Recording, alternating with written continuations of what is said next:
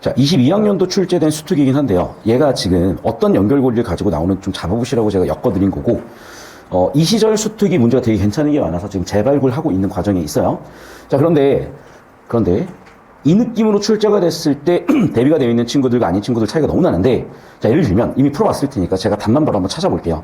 자, 4번 문제 같은 경우를 볼 때 이런 거야. 예를 들면 지금 정관 변경 없었다면요. 봐, 지문 내용을 여러분 나름대로 털어서 왔겠지만 정관에 뭐가 나와 있니? 수권, 주식, 총수를 정해놓고 그에 따른 수권, 자본금이 있는데 그 중에 일부만 발행한다 그랬었잖아. 그러면 정관 변경 없다는 정보와 새로운 주식 만주, 정관 변경 없어. 기존 25만 주, 그럼 정관 변경 없이 추가 만주가 발행되려면 기존의 수권 주식 총수는 최소한 26만 주 이상이었어야 될 것이고. 자, 두 번째. 지금 주식시장에서 시가가 얼마인지 확인이 안 돼. 그런데 아시다시피 유상증자를 했을 때는 주가가 떨어지기 때문에 할인 발행을 한다고 했었고 10% 할인 발행해서 4,500원이 된 거잖아. 따라서 원래는 5,000원이었다는 것도 확인하실 수가 있었을 거예요. 자, 3번 선지. 증자 이후에 이 회사의 자본금은 증자 이전에 비해서 4,500만 원 증자는 이게 유상증자에 관련된 건데 보시면 알겠지만 액면 금액만큼만이에요, 사실은. 이만큼만 유상증자 자본금으로 가는 거고 남는 거는 활용한다고 나와 있을 까 잉여로. 따라서 자본금은 얼마? 1,000만 원만 증자가 된다. 그래서 3번 정답 끝이야. 근데 여러분, 제가 되게 쉽게 푸는 느낌이잖아요. 왜 그런 느낌이냐? 자, 첫 번째, 당연히 답을 알고 있으면 끼워 맞추기 식으로 발췌도를 했기 때문이야. 자, 두 번째는요, 답을 모르는 상태에서 여러분이 자, 3번 같은 걸 발췌독한다, 4번 같은 걸 발췌독한다, 끝이 안 난다니까. 자, 그 다음 또 마찬가지야. 정보량이 그냥 많습니까? 최소 1,400단어 넘어가. 이 많은 정보량을 과연 시간 안에 처리가 가능한 건가? 불가능하다니까. 왜 이렇게 냈을까? 3월교육청 재해석이라고. 그래서 얘를 제가 아까 풀어보라 그랬고 이게 그대로 엮여있는 게 보이실 거야. 얘부터 같이 한번 처리해 볼게요. 그래서 두 개를 엮어서 보셔야 돼. 자, 1단락 주제 세팅 단락이야. 자, 주식회사에 대한 정의를 했습니다. 자, 그럼 봐봐. 주식회사가 전형이다. 이딴 건 중요한 게 아니야. 중요한 게 뭐야? 자본조달력 덕분이라는 거죠. 그러면 자본조달력 때문에 얘가 중요한 거고 중요한 역할을 하는 거기 때문에 다시 그러면 글의 주제는 자본조달력 또는 자본조달이야. 세 가지 요소가 있대. 1. 자본금, 2. 주식, 3. 유한책임이야. 여러분, 이러한 정보 패턴이 최근에는 약간 흐릿해졌는데 2년 전만 해도 한 5개년 동안 너무 뚜렷하게 나오는 너무나 예쁜 글의 구성이었던 게 왜? 상식적으로 생각을 해보세요, 여러분. 1단락은 주제 세팅 단락이고 2단락으로 이어지는 흐름에서 당연히 주제 세팅을 할 거기 때문에 대체적으로 이 부분이 주제가 세팅되는 부분이야. 그럼 주제는 몇 가지야? 자본금, 주식, 유한책임이고 역시나 1. 자본금, 역시나 2. 주식, 3. 유한책임이라는 게 바로 이어지는 주제 흐름으로 보이셨을 거고 이렇게 화살표까지 해놓으시면 1. 자본금, 2. 주식, 3. 유한책임 흐름이 그냥 보이셨을 거라는 겁니다. 됐어? 그리고 옛날 지문의 특징이야. 요즘 잘 이렇게 안 내. 옛날 지문의 특징은 뭐냐? 주제가 두 개야. 그럼 봐. 지금까지 나와 있는 앞쪽에 1, 2, 3, 4 단락의 주제가 끝났잖아. 끝났어. 근데 뭐가 갑자기 나오냐는 거야. 그렇죠. 주식회사의 문제점에 대한 거죠. 그럼 문제점의 상황이나 원인은 몇 가지가 있다? 오른쪽 넘어가시면 알겠지만 이렇게 두 가지가 있었고 그걸 해결하는 방법 첫 번째는 뭐냐? 자본 유지를 시키자야. 두 번째는 자본 불변의 원칙이라는 거야. 그래서 이와 같은 앞단락에 나와 있는 문제 해결 방법은 두 가지가 있다? 이해됐어? 그러니까 거시적으로 딱 보잖아. 깔끔하게 글 구조나 흐름이 다 보이는 거야, 이렇게. 그래서 자, 보시면 알겠지만 주식회사 세팅을 해놓고 주식회사 자본조달 세 가지. 자본금, 주식, 유한책임. 2단락 주제 자본금, 3단락 주제 주식, 4단락 주제 유한책임. 다시 5단락, 6단락은 그 주식회사의 문제점과 해결책으로 두 가지 끝이야. 이게 보여야 돼요. 이런 좋은 지문 가지고 여러분이 구조 털고 독해력을 기르는 연습을 하셔야지. 생각을 해봐. 우리가 뭔가 실력을 기른다는 건요. 완전히 랜덤한 상황에서 실력이 길러질 수가 없어. 우리가 수학 같은 경우도 그렇고 탐구 같은 경우도 생각을 해봐. 유형 연습이란 걸 하잖아. 그러니까 유형 연습이란 게 뭐야? 정해진 사고의 틀을, 정해진 사고의 과정을 반복 숙달시켜서 능숙하게 만드는 과정이야. 독서도 마찬가지야. 정해진 정보의 틀을 익숙하게 만들어주시는 것 그 자체가 시험 형태의 정보 구조에 익숙해진다는 뜻, 체화된다는 뜻, 능숙해진다는 뜻이 되는 거야. 그러니까 능숙하게 그냥 그래? 주식회사 세 가지 끝 보이셨어야 된다. 자, 그럼 2단락으로 와서 자본금은 뭐야? 기초가 당연히 돈이 있어야 되겠지. 자, 그런데 여기서 이제 중요한 건 이거예요, 여러분. 여러분 여기도 일부 배경식 필요한데 자, 자본주의가 뭡니까? 생산수단이 자본이야, 얘들아. 아시겠어? 그러니까 자본주의라는 것 자체가 생산수단이 자본이야. 그럼 얘들아, 생산수단이 커지거나 생산수단이 고도화된다? 자본이 고도화된다? 자본이 커진다? 근데 개인이 그걸 만들긴 힘들잖아. 그러니까 주식회사는 뭐냐? 이런 거야. 옛날에 배를 타고 신대륙으로 가면 어마어마한 무역 이익이 났대. 그러면 지금 당장 내가 혼자 배를 못 만들어. 그럼 어떻게 하면 되겠어? 100명이 모여서 배 한 척을 만들어서 배당을 해주면 되는 거잖아. 그러니까 주식회사라는 것 자체가 어떻게? 자본을 모아서 거대 자본을 만들어서 그 거대 자본만이 할 수 있는 기술 혁신, 거대 자본만이 할 수 있는 혁신을 통해서 이윤 창출, 그 과정에서 인류의 경제나 과학기술이 발달했다고 보는 입장인 거예요. 자, 그러면 다시 그런 내용을 알고 있었다면 또는 모르고 있었다 하더라도 주식회사 자본금 주제라는 게 보이실 거고 당연히 기초겠고 어떻게 하겠대? 그래, 주식 발행이 자본금을 조달한대. 자, 주식 발행이 왜 자본금 조달일까? 주식을 샀겠죠. 우리 주식 사고 판다고 얘기하잖아. 자, 그러면 정보가 나열되거든요. 상법 기준으로 봤을 때 1. 최저 자본금은 100원이어도 된다는 거야. 2. 정관의 기재사항으로 자본금 자체는 없어. 그럼 정관의 기재사항은 뭔데? 수권 주식 총수란다. 수권, 대가리 숫자겠죠. 그럼 머리수. 아, 주식의 총수는 정관에다 써놓으라는 거야. 이유는 모르겠지만 뭐 정관은 원리 원칙일 거고 그래서 자본금 자체에 대한 규정은 없으나 일단 수권 주식 총수를 규정을 해라. 그러면 수권 주식 총수가 예를 들면 100개야. 100원이야. 그러면 100 곱하기 100 만원이 되겠죠. 자본금의 최대한보가 자동으로 결정이 되시겠죠. 자, 그럼 봐봐. 아까도 나와 있지만 수권 주식 총수에 대한 뭘 하고 있어 지금? 정의하고 계시는 게 보이실 거고. 계속해서 그 자본금 주식 총수 곱하기 뭐 액면 금액 자본금 알 수 있겠죠. 자, 그런데 네 번째야. 어떻게 한대? 일부만 발행하신대요. 됐죠? 하지만 발행이 됐으면 어떻게 해야 돼? 일단 인수가 다 돼야 된대. 자, 발행한다는 거, 인수한다는 게 무슨 뜻이냐? 출자자가 누군지, 몇 주인지, 얼마를 내는지. 그래서 어떻게 돼? 그래, 주식을 사서 돈을 내면 그게 바로 자본금이 되더라. 되셨죠? 회사가 수권 주식 총수 가운데 아직 발행하지 않은 주식은 어떻게? 이사의 결의로서 발행할 수가 있고 의는 쉽게 조달이 되더라라고 6개 정보량이 나와 있다니까. 자, 그러면 내가 이걸 왜 다루는지 이해되시죠? 봐봐. 오른쪽으로 넘어와서 이제 보실 때 이제 이런 부분이에요, 우리. 자, 수권 자본은 얼마야? 수권 자본은. 자, 아까도 얘기했지만 이미 주식 총수는 25만 주야. 플러스 만 주야. 일부 발행을 했잖아. 수권 자본, 수권 주식 총수에서 일부 발행한 거잖아. 이해됐어? 정관 개정 없이 일부 발행을 해서 26만 주까지 만들려면 최소한 26만 주 이상으로 정관이 미리 기재돼 있어야지. 그러니까 무슨 얘기냐? 이미 우리가 정보 처리했던 내용을 다시 한번 묻고 있는 거야. 하나 더. 그 다시 한번 묻는 과정에서 어떻게 해버린다? 정보량을 빼버려요.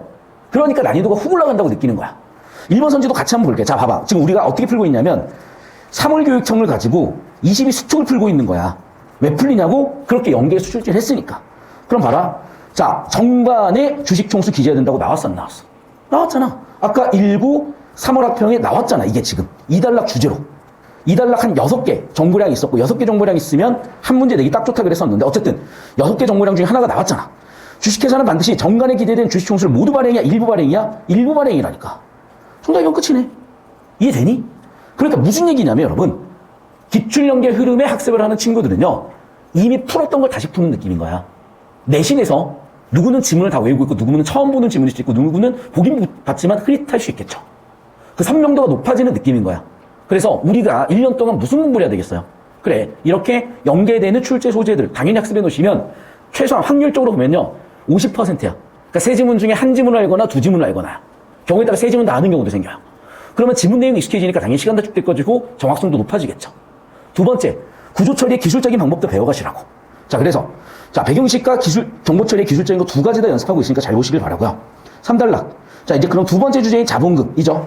그럼 봐. 주식 조달을 통해서 자본금을 다시 주식이죠, 2번. 그래서 주식 발행을 통해서 자본금 조달을 했고 그럼 주식은 뭐냐? 자, 1번. 양도가 가능하고 2번. 한 주를 쪼갤 수는 없고 3번. 액면 금액은 100원 이상이어야 되고 4번. 액면 주식의 총액이 인수 납입 금액 총액과 같더라. 4단락 가볼게요. 그러면 끝이냐? 아니야. 자, 항상 얘기하죠. 법은 권리와 의무가 항상이야. 그래서 내가 당연히 주식회사를 운영해서 생기는 권리도 있겠지만 손실 입히거나 걔네가 사고를 쳤으면 내가 책임도 져야 되는 건데 그럼 무한한 책임이냐? 아니요. 권리만큼의 유한 책임이 있다는 거야. 그럼 유한 책임 한도는 뭐니? 그래. 내가 낸 자본금만큼이야. 인수가액만큼의 한도라는 거야. 됐죠? 자, 그러면 벌써 문제의 원인이 보여. 왜? 자, 인수가액 한도의 유한 출자 부담 때문에 책임질 수 있는 한계는요, 회사가 현재 보유하고 있는 재산만이야. 근데 예전에 뭐였지? 그 가습기, 살균? 그런 것 때문에 정말 많은 사람들이 피해를 입었었잖아요. 그런데 이런 거야. 법인을 소멸시켜버리면 책임도 없어지는 거예요. 법인의 출자 금액이 10억이잖아. 10억 내에서만 책임을 지는 거야. 그러면 되겠어, 안 되겠어? 안 되는데 법이 그래. 자, 그러면 이제 그 한계에 대해서 얘기를 해야 될 거 아니야. 그래서 어떤 경우가 있다. 자, 실제로 보유하고 있는 재산이 터무니 적거나 또 대주주 권한남용을 했거나 그 결과 어떤 일이 벌어진다? 책임을 회피하는 경우, 파산의 상황들. 그럼 당연히 사람들이 피해를 보겠네. 어떻게 해결을 해야 될까? 어떻게 해결하겠대? 일단 자본을 유지해라. 두 번째, 자본을 니네 마음대로 바꿨으면 안 된다. 이런 얘기를 한 거고, 그러면 이제 이게 구체적으로 어떻게 문제 적용되는지는 문제에서 같이 보시면 될 것 같다. 여기까지 되셨습니까? 자, 그럼 봐봐. 우리가 지금 고3, 3월 교육청을 풀었는데 이게 3년 뒤 EBS에 지문 없이도 풀리는 문제가 돼버린다니까. 자, 그리고 당연히 무상증자는 EBS 지문 털고 와야 되겠죠. 자, 그리고 유상증자 와야 되겠죠. 그런데 봐. 아까 얘기했었던 이제 이 부분들이야. 뭐라고? 그래. 얘가 정관의 수정 없이 신규 발행을 하려면 이미 수권주식 총수에서 일부 발행한 상태에서 또 일부나 아니면 정관에 기재된 전부를 발행했을 거 아니야. 그럼 최대 26만 주다? 이거는 기존 기출에서 바로 처리가 가능한 거고. 맞습니까? 자, 1번 선지 처리는 사실은 유상증자, 무상증자에서 주식 가격 책정을 아셔야 되는 거고. 자, 하나 더. 아까 그 지문도 보시면 알겠지만 자본금 뭐였어? 액면금액 곱하기 실제 주식을 실제 인수해서 납입한 금액이야. 그럼 봐. 주식 실제 인수금액이 얼마? 일고로 결정이 되겠지만 일단 액면금액이라는 게 나왔기 때문에 자본금이 액면금액 곱하기 주식수라는 게 보였으면 3번 같은 것도 바로 풀었다는 거예요. 이해됐냐? 그러니까 여러분 어떤 느낌이냐? 다시 한번 얘기하지만 기출연계이기 때문에요. 이 지문을 하나도 안 봤는데 벌써 두 문제가 풀리잖아. 이해됐니? 그러니까 이걸 왜 안 써먹냐는 거죠. 그리고 이게 여러분 이렇게만 출제되는 게 아니야. 내가 왜 이 지문을 지금 수업하고 있을까? 어떤 학교 현행 고3 내신 시험 범위가 얘야. 무슨 얘기야? 학교 선생님께서도 이 출제 연계 흐름을 보셨다는 거지. 그러니까 올해 수능 대비로 나올 가능성을 보셨다면 얘를 가르치실 수 있고 시험 범위로 다루시기도 한다는 얘기예요. 그러니까 이거는 연구하는 교사나 강사라면 누구나 보이는 부분이기 때문에 놓치셔서는 안 된다. 자, 왔다 갔다 해서 좀 헷갈리실 수 있는데 여기까지 흐름을 잡았고 구조도 같이 그리는 시간 3분 그리고 문제풀이 바로 들어가겠습니다. 주식회사 1단락에서 제일 중요한 주제 세팅 자본금 주식 유한 책임이라고 그랬었고 자본금에 관련된 정보는 이렇게 6가지가 있다, 5가지가 있다고 그랬습니다. 자, 자본금은 주식 발행을 통해서 자본금을 조달할 수 있고 자본금에 대한 최저 제한은 없으며 정관에 기재된 건 없지만 정관에는 수권 주식 총수가 기재되어 있고 그걸 곱한 액면금에 곱한 게 최대한 자본금의 수권 자본금이다. 그 수권 주식 총수 중에 일부를 발행했으면 일부를 발행할 수 있고 일부만이라도 발행할 수 있고 일부는 한 주도 가능한 거죠. 하지만 발행이 됐으면 모두 인수해야 되고 그게 인수급이 자본금이 될 것이다. 그리고 추가 자본 조달도 쉬운데 어떻게 정관 기준, 정관을 넘지 않는 수권 주식 총수 이내에서는 얼마든지 이사 의결을 통해서 발행할 수 있더라. 자, 두 번째, 주식은 자유롭게 양도가 가능한데 분할 양도는 불가하고 100원 이상이어야 되더라. 액면금액이. 액면금액의 총액은 당연히 발행한 주식의 총액이 되겠죠. 자, 4단락 주제는 인수가액만큼의 권리와 책임이 있다. 문제는 그 책임이 인수가액만큼의 유한 책임이다 보니까 여쭤봅시다. 어떤 문제가 생길 수가 있다? 얘네가 책임져야 되는 경제적 폐해가 있을 때 유한 책임만큼만 책임지고 더 이상 책임지지 않아? 피해를 입혀놓고 책임지지 않을 수도 있다는 거죠. 그럼 일단 어떻게? 최소한의 자본을 유지해라. 자본은 니네 맘대로 바꿀 수가 없다. 까지 온 겁니다. 됐습니까? 여기까지? 자, 여기서 이제 두 번째 출제 포인트인데 이게 IMF 때 우리나라가 많이 넘어간 이유들이 있어요. 잠깐 여기로 짚어볼게. 자, 그게 바로 순환출자고 이게 사실 자본주의 발명 축소판이야. 자, 자본주의의 시작은요. 필기 꼭 하셔야 돼. 역사로. 돈의 역사 함께 하는데 우리 22학년도 브레튼 우드 체제가 돈의 역사였잖아. 기축통화가 금 같은 귀군 속에서 그 전에 뭐였지? 물물교환 경제체제였다고. 그러면서 귀군 속에 화폐교환, 화폐 경제체제로 넘어갔는데 화폐를 뭐로 볼 것이냐? 귀금속인 금으로 보자. 하지만 귀금속인 금의 수요와 공급에 따라서 인플레가 디플레가 일어나는 문제가 생기더라. 동시에 그걸 가지고 중앙은행이 통화정책을 쓸 수도 있겠더라.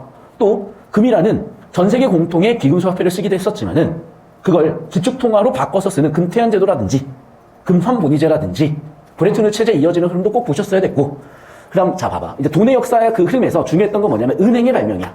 은행과 동요가 금융이다. 자, 그 시절 은행은 금융은 왜 유대인만 했었냐면 교리상 창조 행위는 하나님만 가능했고 그러다 보니 교리가 달랐던 유대인들만 이자를 받는 시간이 이윤을 창출하는 금융업에 종사할 수가 있었고 걔네들은 벤치에 앉아 있었어요. 벤치가 그 시절 방코였고 이게 뱅크로 간 거지. 자, 그럼 여기서 어떤 역할을 했던 거냐? 피렌체나 베니스 같은 데서 상인들이 와. 그럼 상인들이 그 금을 다 들고 다닐 이유가 없는 거야. 필요한 만큼만 들고 다니든지. 그러면 바꿨겠죠? 교환증으로. 그런데 교환증을 가지고 금을 찾으러 가면 언제든 주니까 교환증을 가지고 거래를 했던 거야. 그래서 금을 맡기고 금에 대한 교환증을 받았던 거예요. 이 교환증이 뭐다? 신용화폐인 거죠. 왜? 이걸 들고 갔을 때 바꿔준다는 신용이 있으니까. 바꿔준다는 신뢰가 있으니까. 여기까지 되셨어? 자, 그럼 봐. 여기서 어떤 문제가 생겼냐? 금을요, 10덩이를 맡겼으면 여기에 10덩이가 있어야지. 그리고 실제 10덩이만큼의 교환증만 돌아다녀야죠. 그런데 이걸 찾아가는 비율이 몇 프로밖에 안 되냐면 10%밖에 안 되는 거야. 그 머리를 굴려본 겁니다. 어떻게? 잠깐만. 10%밖에 안 찾아가? 나한테 금이 10개가 있는데? 야, 90개를 더 발행해도 되겠는데? 실제로 90개를 더 발행합니다. 이해됐어? 자, 그럼 봐봐. 내가 그렇다고 하나도 없는데 발행한 건 아니지. 얘는 그래서 90개를 더 발행할 수 있는 증거가 되는 금이라 그래서 증거금이라고 하는 거야. 그럼 증거금 10을 두고 10배까지 해서 100을 발행하게 된 거야. 그럼 어떤 일이 벌어지냐? 옛날에 배 한 척 만드는데 10이 들었다면 이제는 전 세계 부가 10에서 90으로 10에서 100으로 10배가 뛴 거야. 배가 10척이 돌아다니기 시작을 하는 거야. 그러면서 어떻게? 돈이 많아지니 경제 활성화되고 그 과정에 돈이 더 많아졌으니 항상 공급이 받으면 가치가 떨어지는 거잖아. 화폐 가치가 절하가 되는, 화폐 가치가 떨어지는 인플레이션이 그래서 또 일어나는 거죠. 기본적으로 인플레이션은 무조건 일어날 수밖에 없는 거야. 여기까지 이해되셨습니까? 자, 그러면 이러한 어떻게 보면 천재적이잖아. 실제로는 10밖에 없었는데 100을 만들어냈으니까. 됐어? 이걸 똑같이 했어. 누가? 우리나라 재벌들이야. 실제로 우리나라 재벌들이 어떤 것을 했었냐? 그게 바로 순환출자야. 자, 저 따라오세요. 그래서 보시면, 자, 이 문제가 여러분이 좀 이해가 안 됐을 수가 있어. 자, 이 문제를 그대로 가져올게요. 자, A 회사 5,000원 100만 주니까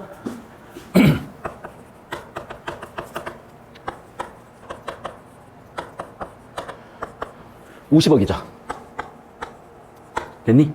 자, 그럼 봐봐. 어떻게 했어? 50억을 발행했잖아. 수권 주식 총수가 아니라 발행된 것이 50억이야. 그럼 여러분, 얼마가 납입돼야 돼? 50억이 납입이 돼야 돼. 근데 납입을 누가 했어?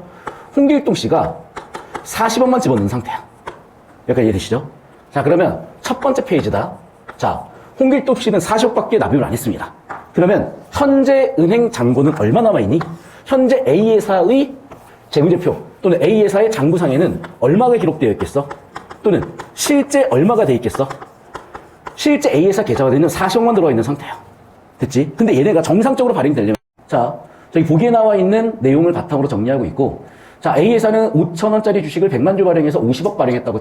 그런데 이게 전부 다 50억이 인수가 돼야 되는데 일단 40억만 인수된 상태고, 홍길동 씨가 40억을 내서 실제 A회사의 계좌는 현재 40억이 꽂혀있는 상태야. 여기까지 이해되셨습니까? 여기 기준으로 잡아주시면 됩니다. 자, 그럼 봐봐. 거기에서 어떻게 했대? A회사는 B회사를 설립할 때 주식 100% 인수해서 25억을 납입했대. 자, 그러면 이 45억에서 25억을 빼가지고 어디다 넣은 거야? B회사 설립에다 넣은 거야. 자, 페이지 2입니다.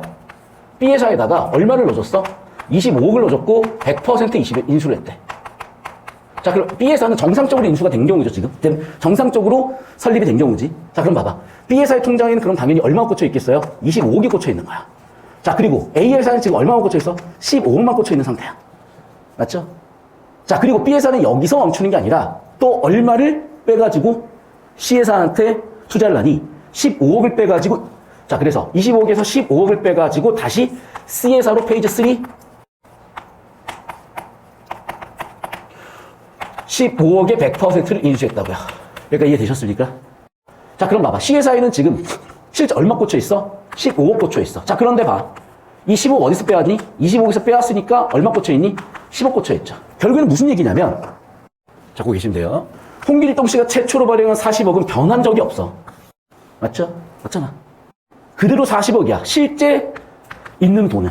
그런데 장부상에는 어떻게 꽂혀 있냐면요. 자, 실제는 40억에서 변한 게 없어. 장부상에 얼마 꽂혀있는지 최종적으로 가볼게. 자, C회사에서 이제 어떻게 했겠대? 순환고리를 만들어서 얘가 다시 A로 투자하는 페이지 4를 간 거야. 왜? 아까 어떻게 했어? 100% 인수해야 된다고 그랬었잖아. 그러면 얼마가 더 들어와야 돼? 그래, 얘네가 10억을 넣어버린 거야. 10억을 빼가지고. 됐니? 그러면 페이지 4에서 얼마가 남아? 5억이 남아있어. 됐어? 그리고 다시 여기에 10억이 들어왔으니까 최종적으로 얼마? 25억. 자, 그러면 최종 정리해봅시다. 지금 각각 회사의 통장에 꽂혀있는 돈은요, 25억이에요. 10억이에요? 5억이에요. 즉, 통장에 꽂혀있는 돈은 40억이라니까. 그런데 장부상에는 어떻게 돼 있냐? 자, 지금 통장에 꽂혀있는 25억에다가 B회사 주식 100%니까 B회사 주식 25억 가치가 꽂혀있다고. 즉, 장부상에서는 얼마? 50억 가치로 추산이 돼 있는 거야. 맞죠? 들고 있는 현금도 자산이고 들고 있는 주식도 자산이니까. 자, 마찬가지 여기도 지금 통장에 잔고 얼마 있습니까? 10억이야. 그런데 얘네는 C회사의 주식을 얼마 갖고 있어? 15억치를 갖고 있잖아. C회사가 넷이 있든 없든. 그럼 얼마야? 25억만큼이 얘네 장부상 꽂혀 있는 거야. 자, 마지막 C회사로 갑니다. C회사 통장에 지금 얼마 있습니까? 5억밖에 없죠. 그런데 C회사는 주식으로 A회사의 주식을 얼마 갖고 있었어? 10억 갖고 있었잖아. 그러면 장부상이 얼마? 25억이라고 꽂히는 거야. 얼마가 돼버렸냐 갑자기? 90억이 돼버리네요. 실제로는 40억을 가지고 순환시켜서 90억을 만든 거야. 이 천재적인 발명을 한 회사만 했을까? 아니요. 삼성을 비롯한 전 재벌들이 싹 다 했고 IMF가 터지면서 다 박살난 거야. 그래서 삼성의 순환출자 구조를 당연히 불법이니까 깨라고 했고 그걸 20년째 깨고 있는데 아직도 해결을 못하고 있어요. 사실은. 그래서 이걸 회장님 사실상 돌아가셨을 때 돌아가시지 못하게 하는 이유 중에 하나가 뭐냐면 상속하는 과정의 상속세도 문제인데 이 순환출자 구조가 계속 해결이 돼야 되는 문제에서 벌어진 거야. 뭐 자세한 내용은 저도 잘 모릅니다. 하지만 어쨌든 이 내용이 있었던 거고. 자, 그러면 여러분 이거는 저렇게 표 처리하거나 어느 정도 내용을 잘 모르거나 처리가 안 됐으면 힘들었을 거야. 자, 그런데 저걸 몰랐다 하더라도 얘들아 지금 뭐냐면요. 자본금에 관한 원칙을 위배했다는 문제제시잖아. 자, 그러면 뭐 했대? 순환출자를 반복했대. 그럼 출자를 반복했다? 순환출자다? 이게 뭐니? 여러 회사들끼리 돌려가며 순환을 반복하는 상황이 벌어진다면 자본금은 늘어나지 않은데 서류상의 가본이 늘어난 문제다. 됐습니까? 그게 바로 뭐다? 자본을 실질적으로 유지하라는 자본 유지의 원칙인 거야. 됐어? 자, 그러면 주제만 똑바로 잡으셨어도요. 보인다니까? 주제가 똑바로 잡으셨어도. 자, 봐봐. 일단 A회사가 파산한다면 C회사는 A회사의 주주기 때문에 맞죠? 당연히 뭐가 들어가? 유한책임 들어가지. 그럼 C회사는 유한책임 피해를 보게 되겠죠. 자, 마찬가지로 A회사는 B회사의 주식을 보유하고 있지. 주식을 보유하고 있으니까 당연히 부도가 났어. 주식 보유가 손실, 유한책임 가져올 수 있겠죠. 3번 A회사의 주주인 홍길동 씨는 A회사가 B를, B회사가 C를 소유하고 있으니 당연히 영향력 행사할 수가 있을 거고요. 4번 C회사 설립 시 발행한 주식의 80%를 B회사가 인수하였더라도 C회사의 설립 시 자본금은 어차피 얼마였던 거야? 10억이었던 거죠. 선생님 뭔가 이상한데요? 자, 봐봐 얘들아. 어떻게 된다 그랬어? 발행한 주식의 100% 인수를 해야 된다 그랬었잖아. 그럼 발행한 주식의 80%만 인수했다 하더라도 나머지 20%는 누군가 했었어야 되는 거잖아. 누군가 했었어야 된다고. 그럼 누군가 해줬기 때문에 어쨌든 발행한 주식 100% 유지했으면 어차피 10억, 10억 똑같다는 거야. 됐니? 정답 5번이죠. 왜? 그래. 얘들아, 보기 주제만 똑바로 잡아도 보이실 텐데요. 지금 얼마만 냈어? 40억만 낸 상태야. 됐니? 그래, 어떻게 됐어? 자본금에 관한 원칙을 위배했고, 그게 뭐였는데? 그래, 서류상의 가공의 자본금은 늘어난 거잖아. 실제 자본금, 실제 낸 돈은 40억밖에 없었는데, 서류상 자본금은 40억 이상이 될 거 아니야. 거기서 얼마가 나왔니? 90억이 나왔잖아. 이해되셨니? 그래서 실제 자본금이 아니라 서류상 90억이고, 당연히 다르죠. 이게 자본 출자 원칙이고, 그래서 자본 유지 원칙을 위배한 경우로, 기억에 위배된 경우로 보기가 나온 건데 어쨌든 이거는 이런 식의 정보 처리를 연습하지 못하고 내용 일치만 했으면 당연히 보이기 힘들었을 거라고. 그래서 이런 기술적인 것들 당연히 배워가셔야 될 거고요. 여기까지 이해되셨습니까? 자, 계속해서 본다. 이제 지문의 주제가 잡혔으면 이런 문제는 쉽습니다. 자, 지금 발행할 주식의 총수는 만주고요. 만주 1주의 금액은 5,000원으로 뭐가 나와 있어? 액면 금액 나와 있지. 그럼 봐봐. 발행할 주식의 총순위가 뭐겠어? 수권 주식 총수죠. 됐습니까? 수권 주식 총수 얼마야? 만주. 그리고 어떻게 했어? 5,000원 인수니까 당연히 5천만 원. 그 중에 뭐만? 일부만 발행해도 된다 그랬었지. 그래서 일부인 얼마 발행? 5,000주 주식 발행. 됐습니까? 자, 근데 봐라. 일부라는 말은 뭐랑 동의어야? 한 주도 일부야, 얘들아. 맞습니까? 한 주 발행해도 되겠죠. 3번. 감히 정관에 따라 주식회사 설립하려면 만주가 아니라 몇 주? 5,000주만, 즉 일부만 발행해도 되잖아. 그러니까 정답 선지는 2, 3번에서 설계를 한 거야. 어떻게? 일부 발행이 가능하게끔. 일부라는 키워드가 나오게끔. 됐습니까? 모두 발행할 필요가 없었어. 일부 발행이야. 자, 저 따라오십시오. 어떻게 된다? 핵심은 일부만 발행해도 된다. 그리고 일부만 발행해도 된다가 여기만 나왔던 것도 아니고 아까 EBS 수특에도 나왔을 거야. 저 따라와 볼까요? 지금 봅시다. EBS 수특 어떻게 나왔니? 어떻게 돼야 돼? 모두가 아니라 일부 발행해도 된다. 그게 정답 2번 선지잖아. 얘들아, 이렇게 재해석을 하고 재구성을 하는 과정에 앞선 지문의 주제나 핵심 정보들을 아예 정답 손지로 이렇게 꽂는 발견을 여러분 하실 수가 있고, 왜 그런 거냐? 출제자가 의식 무의식에 따라서 중요한 정보에 집중될 수밖에 없기 때문이야. 그럼 자연스럽게 정답 선지로 설계되는 거야. 그래서 다시 한번 얘기하지만 세부 내용 디테일보다도 오히려 주제 구조에 집중하셨을 때 우리가 전체 흐름 잡기가 훨씬 편하다는 거고, 정답 선지는 당연히 3번 선지로 해결이 되셨을 겁니다. 되셨죠? 자, 넘어가서 기억 니은인데 봐봐. 기억 니은은 전부 다 뭐야? 문제를 해결하기 위한 방법들이야. 디테일은 둘째 치고. 그럼 뭐야? 문제를 해결하는 방법들이잖아. 그럼 봐봐. 문제가 뭐야? 유한 책임만 진다는 거잖아. 됐습니까? 권한합대를 해서 해결이 되겠냐고 지금. 소액이 문제가 아니라 얘네가 잘못을 저지른 만큼의 책임을 져야 되는데 출자한 금액만큼의 책임만 진다는 게 문제잖아. 어떻게 하겠대? 그래. 자본금 감소를 엄격하게 해서 채권자 보호를 하겠다. 책임을 지겠다. 됐습니까? 당연히 3번 좁히고 발전도 해보시면 정답은 보이셨을 거고. 됐습니까? 자연스러운 흐름이야. 자, 22번도 볼게. 자, 이건 좀 세부 내용 같아 보일 수 있습니다. 3단락의 첫 번째 정보니까. 2번, 주주는 주식의 인수가액을 한도로 하는 출자 의무를 갖는다. 이게 4단락에 나와 있는 유한 책임 얘기인 것 같고. 3번 선지, 주주는 소유한 주식 금액 비율에 따라 이익을 배당받는다. 유한 책임에 대응되는 권리죠. 주식회사는 수권자본금의 한도 내에서 채권자에게 채무 이행을 해야 된다. 역시 유한 책임이죠. 잠깐만, 뭐 이상한데? 왜? 수권자본금 중에 뭐만 발행한다? 일부 발행이잖아. 그러면 발행한 만큼, 그만큼의 권리와 의무가 생기는 거잖아요. 됐니? 수권자본금 한도 내야 발행한 만큼이야. 발행한 만큼이네. 정답 4번이죠. 그러니까 봐봐. 지금 계속해서 정답을 어디에서? 일부 발행을 너희가 놓치지 마라. 일부 발행을 놓치지 마라. 심지어 3년 뒤에도 일부 발행을 놓치지 마라. 이해되셨어요? 제발 이 흐름을 잡으셨어야 됩니다. 자, 계속해서 볼게요. 끝났네, 그러면? 이렇게 간단한 문제였다는 거야. 주제 흐름 잡고 정답 설계가. 아시겠죠? 자, 이거를 두 개를 엮어서 보기로 했기 때문에 역시 엮어서 올 건데, 자, 여러분이 해주실 일은 이거야, 이제. 자, 우리가 시간도 이제 있긴 한데, 자, 한 5분 정도 더 드릴 테니까, 제가 캡처해서 올려드리고 필기 사진 찍어 올려드릴 건데, 여러분이 해주실 거는 이제 30회에 나와 있는 구조도인데요. 자, 그러면 지금 이미 1번하고 4번이 끝났잖아? 그러면 2번하고 3번 푸는데 필요한 건 뭐겠어? 그래, 유상증자와 무상증자의 비교대조야. 그래서 구조도를 그리시더라도 뭐만 그리시자? 유상증자, 무상증자만 구조도 한번 그려보시자. 그럼 답이 깔끔하게 보일 거라니까. 이해되셨어? 그래서 얘는 좀 더 간결하게 제가 풀어볼 거고요. 여러분한테 5분 드릴 테니까 아까 이 지문에 대한 복습과 필기 정리, 그리고 30페이지 지문에 유상증자, 무상증자 비교대조 해보십시오. 이어서 바로 볼 텐데, 여러분 1단락 주제 주식회사 보이셨을 거고 그대로 필기 따라오세요. 정보가 좀 나열되어 있어서 같이 한번 볼게. 지시어 같은 거 잡으라 그랬었죠. 정관 첫 번째, 주식 총수가 기록되어 있어야 되고 그게 주권 자본인데 일부만 발행한다. 이렇게 주식 수 곱하기 액면가가 자본금이다. 공식까지 예시까지 나와 있고, 하지만 추가 발행을 할 때 막 주저리를 떠들었는데 중요한 건 아니고 뭐였다? 새로 발행하겠다. 됐어? 그래, 주제는 뭐야? 그래서 증자죠, 증자. 그러니까 보이시지? 여러분, 그러니까 우리가 앞서 풀었었던 19학년도 3월 학평이 어떻게 이어지는 거다? 이렇게 바로 이어지고 있는 거다. 그러면서 의도는 보이시죠? 22학년도는 왜? 19학년도 3월 했으니까 이제 22학년도 EBS에 사서는 뭘 하자? 증자가 그래 주제다. 증자는 크게 두 가지가 있었어. 유상증자가 있었죠. 그 다음 무슨증자? 무상증자가 있었죠.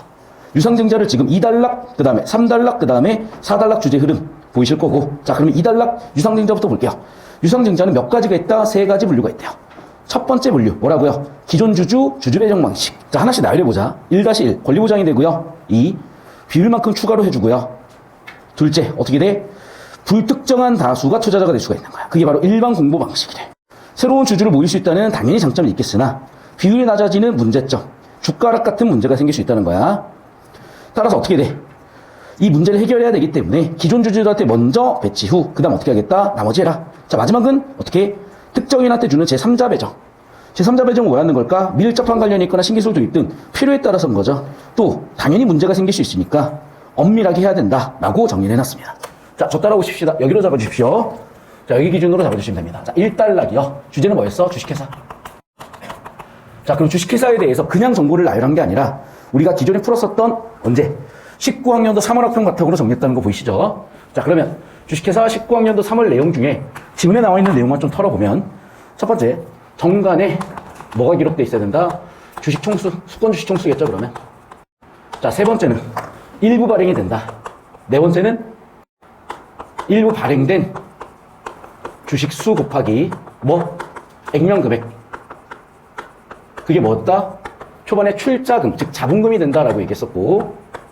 자, 5번 선지 어떻게 되니? 추가 발행이 가능하다. 어딜 기준으로? 정관에 나와 있는 수권 주식 총수 기준으로. 자, 그럼 이제 2단락에서 추가 발행을 어떻게 할 것이냐, 증자라는 방법을 쓸 건데, 2단락은 유상증자의 방법이죠. 자, 유상증자의 방법은 크게 세 가지로 분류를 했어요, 얘들아. 첫 번째는 뭐였니? 기존 주주. 두 번째는 뭐였습니까? 불특정 다수. 세 번째는 특정. 경우수다. 맞죠? 기존 주주냐 아니냐. 기존 주주가 아닌 애들 사이에서도 특정이냐 불특정이냐. 이해되셨어? 그래서 항상 정보라는 게 이래 얘들아. 그리고 표출을 해야 되는 이유가 우리 조건 방열 같은 경우의 수 문제 풀 때 그러니까 경우의 수를 분류해서 네 가지 표 분류해 놓은 다음에 처리를 하는 거잖아. 똑같아.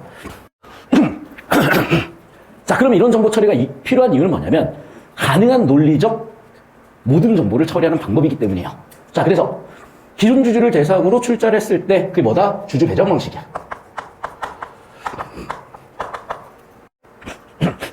자, 당연히 기존 주주를 배려하니까 권리 보장이 되겠죠. 두 번째, 비율에 따라서 배정을 해주겠네. 알겠어? 자, 두 번째 방법은 뭐야? 일반 공모래. 자, 그런데 당연히 자본 조달은 훨씬 쉬워지겠지만 예상되는 문제점들이 있잖아. 그게 바로 뭔데? 얘네가 들어와 버리면 주가락이 생긴대. 그럼 당연히 기존 주주들한테 문제가 되니까 해결하기 위해서 뭔가? 보통은 선순위 배정을 하고 그래서 먼저 살 수 있는 옵션을 주고 여기에 후순위 배정을 한다. 자, 세 번째는 특정인한테 주는 것인데 이거는 엄격한 기준에 따라서 경영 필요할 때만 주겠다라고 해서 이 단락은 뭐니? 네, 유상증자 대상에 따른 분류죠. 자, 저 따라옵시다. 자, 3단락.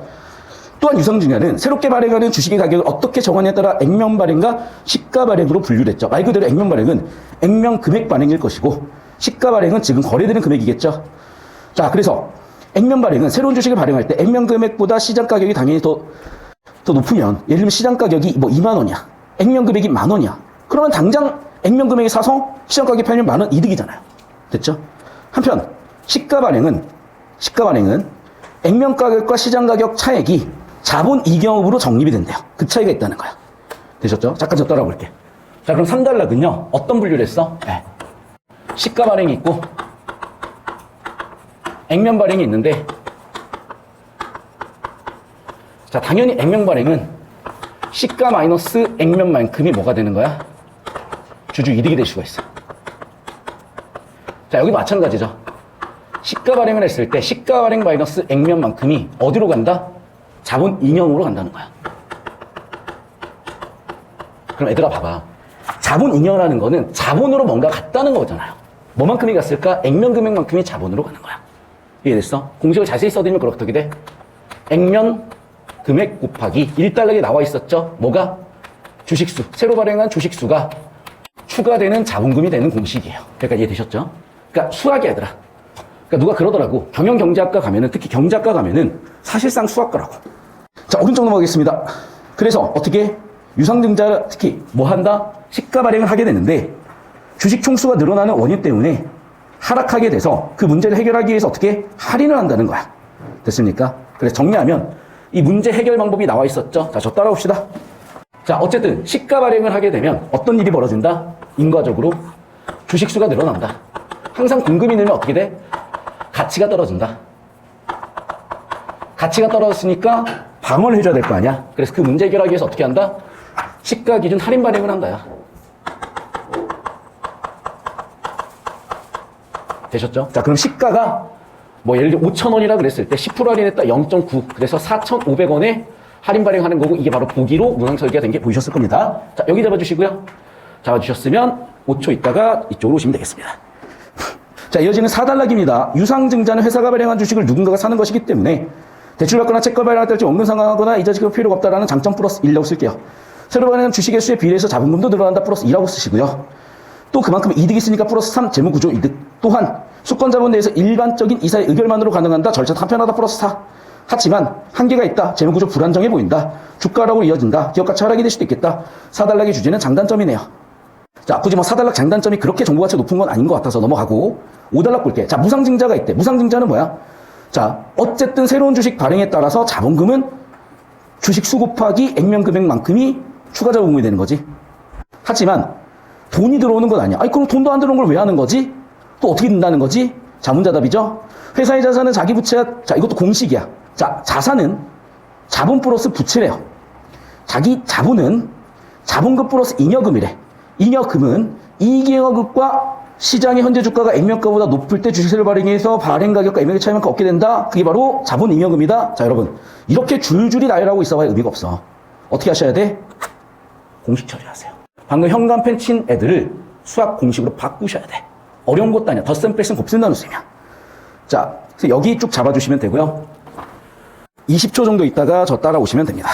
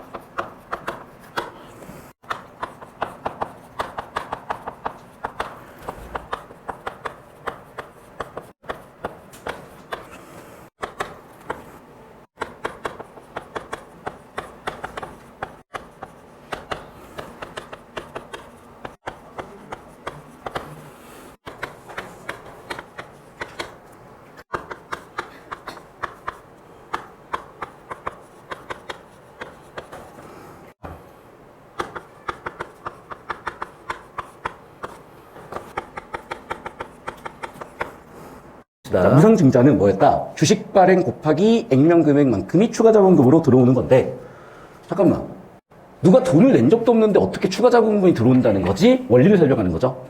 자, 첫 번째, 회사 자산이라는 거는 당연히 자기가 갖고 있는 자본에다 부채 플러스인데, 자, 자기 자본은 당연히 자기가 갖고 있는 자본금에 잉여금이 있다는 거야. 됐어? 결론부터 얘기하잖아. 뭐로 바꾸는 거다? 잉여금의 일부를 자본금으로 옮기는 거라는 거야. 자, 그럼 잉여금은 뭔데? 사업을 해서 영업이익이 난 경우가 있겠고, 자본잉여금이 있을 수 있는데, 이 자본잉여금은 뭐래요? 내가 주식을 새로 발행했을 때 발행가 마이너스 액면금액만큼이, 액면금액은 당연히 뭐로 가? 자본금으로 가. 그럼 봐. 그 차이만큼이 자본잉여금으로, 자본에 가지 않고 남는 돈이니까 자본잉여금이 된 겁니다. 여기까지 이해되셨어요? 자, 일단 이 공식 잘 정리해 놓으시고 이해 못할 거 없어. 그냥 지문 내용 공식 정리한 거야. 자, 그럼 봐봐. 결국 무슨 얘기야? 잉여금을 가지고 주식을 발행해서 자본금으로 넘기는 거야. 다시, 잉여금을 가지고 뭐해서? 주식을 인수해서 주주들한테 배정해 주는 거야. 자, 결국에는 주식을 새로 발행 인수했으니까 자본금은 늘겠죠. 하지만 새로 발행 인수는 어떤 금으로 했어? 잉여금으로 했으니까 당연히 잉여금은 줄겠지. 다시 얘기한다. 지금 사업을 했든 뭐를 했든 돈이 남아있어. 그 남아있는 돈으로 새로운 주식을 발행을 하는 거야. 예를 들면, 자, 잉여금이 100만 원 있다고 한번 해볼게요. 그럼 내가 10,000원짜리 주식을 100주 발행을 해서 뭐 주식 20% 갖고 있는 사람한테 20주, 80% 갖고 있는 사람한테 80주를 줄 수가 있잖아. 어쨌든 여러분, 액면금액이 뭐 계산하기 편하게 10,000원이고 100주가 새로 발행됐으니 액면금액 곱하기 주식만큼이 자본금이잖아. 그럼 잉여금 100만 원으로 있던 게 자본금으로 넘어가는 방식이라는 거야. 결론은 뭐다? 무상증자는? 그래, 잉여금을 자본금으로 넘기는 방식이야. 잉여금을 어떻게? 주식을 새로 발행 인수해서 자본금으로 넘기는 방식이라. 여기까지 됐습니까? 다시 얘기한다. 자, 회사가 자본이 있어. 자기가 갖고 있는 자본도 있을 거고, 그 다음에 영업활동, 뭐 이익을 만들어 놓은 게 있을 거야. 이게 아직 자본금으로 넘어가진 않은 상태야. 근데 자본금은 어떻게 구성이 된다고? 아까도 얘기했지만 액면금액 곱하기 주식수라니까. 자, 얘는 내가 지금 현재 이득으로 갖고 있는 거야. 그래서 아까도 얘기했지만 여력이 100만 원이 있어. 액면금액 10,000원짜리 100주 발행이 돼. 그럼 액면금액 10,000원짜리 100주를 발행하면 결국에는 잔고상 잉여금으로 있던 100만 원이 자본금으로 100만 원 넘어가겠죠. 왜? 액면금액 10,000원짜리 100주가 새로 생겼으니 100만 원만큼이 자본금으로 더 넘어가는 거야. 주식이 100만 원만치가 더 발행됐으니까. 이해됐습니까? 안 돼도 어쩔 수 없어. 일단 여기까지 정리. 필기하시고. 자, 2번 문제 보도록 할게요. 자, 그럼 무상증자는 아까도 얘기했었지. 뭘 줄이고 뭘 늘리는 거다? 잉여금을 줄인 만큼 뭐 했다? 자본금을 늘리는 방법이다. 자, 그럼 봐, 얘들아. 아까 자산은 뭐였니? 자기가 갖고 있는 자본 플러스 부채였잖아. 맞죠? 또 자기 자본은 뭐였어? 자본금 플러스 자본 잉여금이었잖아. 이해됐니? 뭐를 줄이고 뭐를 늘리는 거야? 잉여금을 줄인 만큼 자본금을 늘리는 거라니까. 그러니까 얘가 100만 원 줄면 얘가 100만 원 플러스가 되면서 어차피 빵이에요. 바뀐 건 없어. 이해됐어? 자기 자본은 그대로야. 왜? 잉여금에서 자본금을 넘길 뿐이라니까. 됐니? 그럼 당연히 자기 자본의 변동은 없죠. 당연히 자산의 변동도 없죠. 됐어? 자, 2번 선지. 기존 주주가 새로운 주식을 받으면서 새로운 주식 수 곱하기 액면금액만큼이 뭐로 간다? 자본금으로 간다니까. 여기까지 일단 이해되셨어요? 자, 그럼 봐봐, 얘들아. 왜, 봐봐. 자본금이 느는 거지. 주식의 현재 가치가 올라가는 건 아니잖아. 3번 선지. 특정 목적이 있다? 이건 무상증자가 아니라 2단락에 나오는 유상증자 3번에 대한 얘기인 것 같고. 맞죠? 유상증자 얘기인 것 같고. 자, 4번 선지. 회사의 매출이 올라서 이익을 얻었으면 뭐가 생겼어? 잉여금이 생겼잖아. 잉여금이 생겼어. 잉여금을 뭐로 넘기는 방법이야? 자본금으로 넘기는 거야. 어떻게? 주식을 새로 발행해가지고. 4번이라고 그래서. 그러니까 자꾸 쓸데없는 데서 어그로 끌리지 마시고 주제만 똑바로 잡으셔도 보이셨다는 거. 여기까지 이해되셨습니까? 자, 마지막 3번 문제 보고 마무리 짓겠습니다. 자, 봐. 이제 유상증자 반발한 이유가 뭐겠어? 따라가. 저 따라오세요. 자, 저 따라오시면 유상증자를 해버리면 주식 수가 늘면서 현재 가치 하락을 해. 이해됐니? 그러니까 반발했겠지. 저 따라오세요, 그러면. 자, 어떤 일이 벌어질까? 그래. 유상증자의 결과 주가가 떨어져서 피해를 보겠죠. 정답은 2번 되겠네. 되셨죠? 자, 여러분, 자, 두 가지 측면에서 오셔야 돼. 내용 공부하셔야 되고요. 정보처리 논리과정 공부하셔야 돼. 그래서 끊임없이 구조처리, 표처리 해보시고, 비교하시고, 교정하시고, 실전에서 어떻게 하나요? 연습되면 적절하게 쓸 수가 있어. 우리가 수학 문제 풀 때도 그래프의 경우의 수가 24가지라고 다 그리고 있지 않아. 나름대로 경우에서 분류해서 4개 정도만 그리고 푼다든지, 또는 아예 암산으로 푼다든지, 일단은 그래프를 그릴 줄 알아야 머릿속으로 그리든, 암산으로 하든, 손으로 그리든 할 줄 알 거 아니야. 일단은 표처리든 구조처리든이 되셔야 우리의 실전 상황 선택에 따라서 얘도 처리가 가능하다. 여기까지 이해되셨죠? 자, 오늘 수업 여기까지입니다. 고생하셨습니다.